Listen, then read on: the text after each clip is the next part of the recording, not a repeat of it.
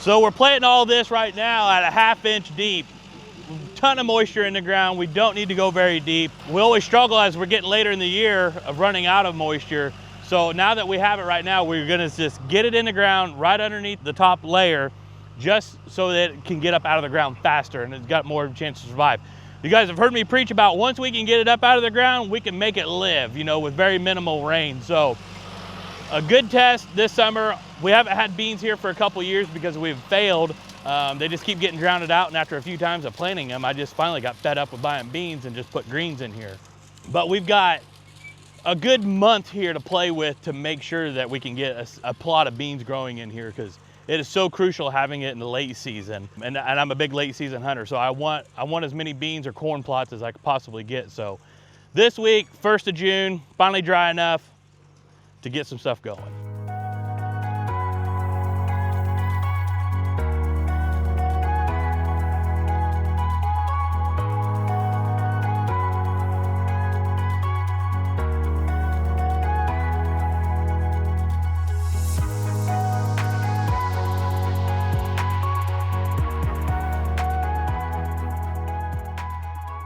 You know, there's a lot of guys out there that want to plant beans, and whether you have the right amount of acres to do it or the right soil types, you know, there's a ton of different factors that go into this to doing it right. And trust me, I have failed at this many times, whether it was planting 1/2 acre of beans or 10 acres of beans. You know, my biggest thing is I want to plant enough of them that they're not going to feed it out, and whenever it starts to green back up in the spring, I still want to have a food source for those deer as we're starting to get the green up, where they start going back to their woody browse. So as we're planting all of these beans, you know, if you guys are, you know, out driving around in late summer months before they're starting to shed velvet, you know, where everybody's out scouting velvet bucks, we're always finding them in bean fields. You know, it's a really good source of food for them throughout the summer. The problem is whenever you're doing smaller plots like this, they eat on this and they feed it out, and then you don't have any beans come late season. So early source of protein is great, but then you get, you know, after the rut, you know, whenever they're done chasing the ladies, you know, they're skin and bones. So, you know, food is not on their mind at that time of the year. And, you know, at the end of November, we're getting into late season. It's getting super cold, and they don't have a food source really anymore. And having a grain is such a huge protein factor for these deer. So late season, I think that the beans are gonna shine more than what they are early season, but it's just getting planted enough. And like, you guys are going in and say you're planting your bean plot, and say you do 1.5 acres and you come check them, you know, a few weeks after, hey, they're growing, it's looking great. You post spray, and you come back a few weeks later just to check them again and see if all the weeds are killed. And you're like, dang, these things are not growing. Most likely, your problem there is gonna be your soil. You probably didn't do your soil test, as you should have. That's the cheapest, easiest thing to start with. Before you go and waste your money. You're gonna see, okay, either my soil is not right or I have so much heavy browse pressure. One, pull a soil test like you should have done before, but we all know that we like to skip that. And then 2, grab a cage, you know, make it 3 foot, 4 foot wide, put a T-post in it, and just cage off those beans and see how well those grow compared to the rest of the plot. And that'll give you a really big insight on, okay, it's browse pressure. Well, no, those beans look the same as the rest of them. Well, now we know we have a soil issue. So get the soil test done. And if you guys, you know, when you get your soil test back and you don't know what you're looking at, because I'm not gonna lie, these are kind of confusing to look at till you get them figured out.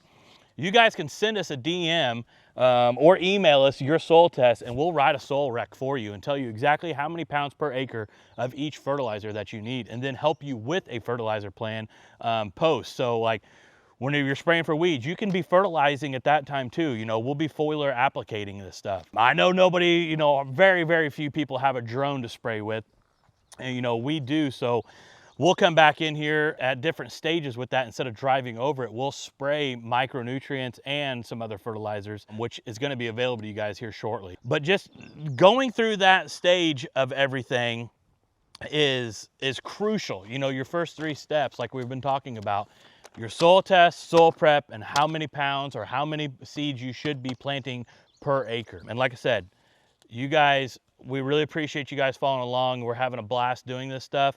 We're here to help no matter what. You know, whatever the issue that you might be having, we've probably been through that issue. So shoot us a message, shoot us an email, call us, whatever you need to do.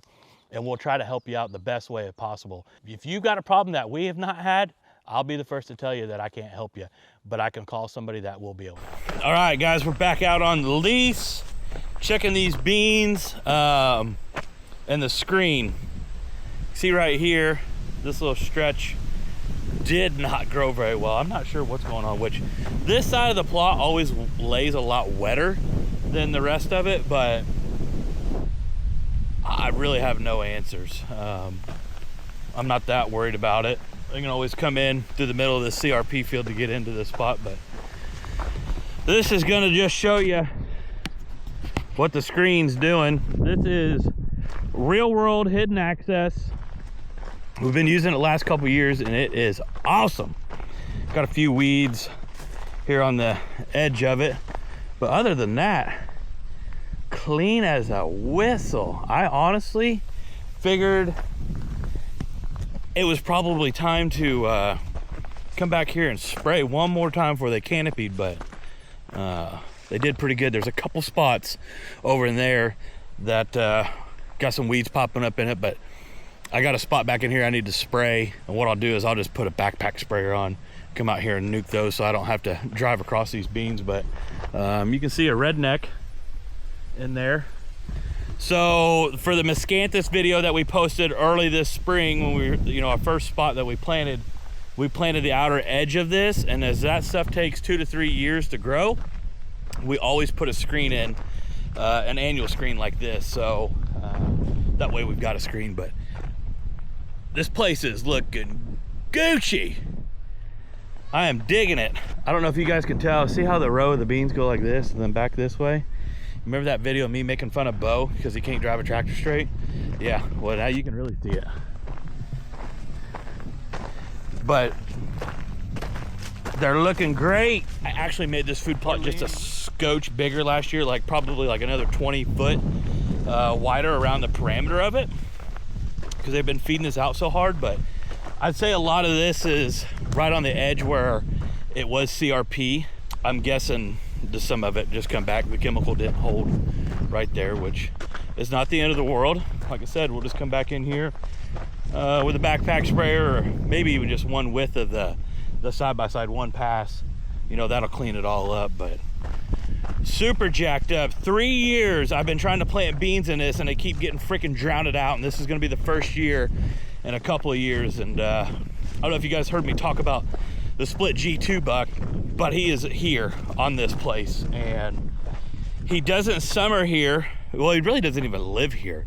He lives on the neighbor to the north, but all of November he's here. Last year I got super close to getting him, and the year prior to that I was actually in this corner setting right back in there in a tree stand, and he come here on the edge of this plot, and he was like 65 yards, and it was blowing like 20 mile an hour and snowing, and he was on a doe. Yeah, I practice shooting that all the time, but I did not feel comfortable shooting a deer that size, well, any deer really that far in those conditions. So held off, watched him go by, never seen him again the rest of the season. And last year caught up to him. Just, I mean, I was probably a day or so away from potentially having the opportunity to kill him, but I didn't. Work called and I had stuff to do. So hopefully he's still alive. My buddy that lives to the north, there's a landowner in between us, and he's on the north side of it.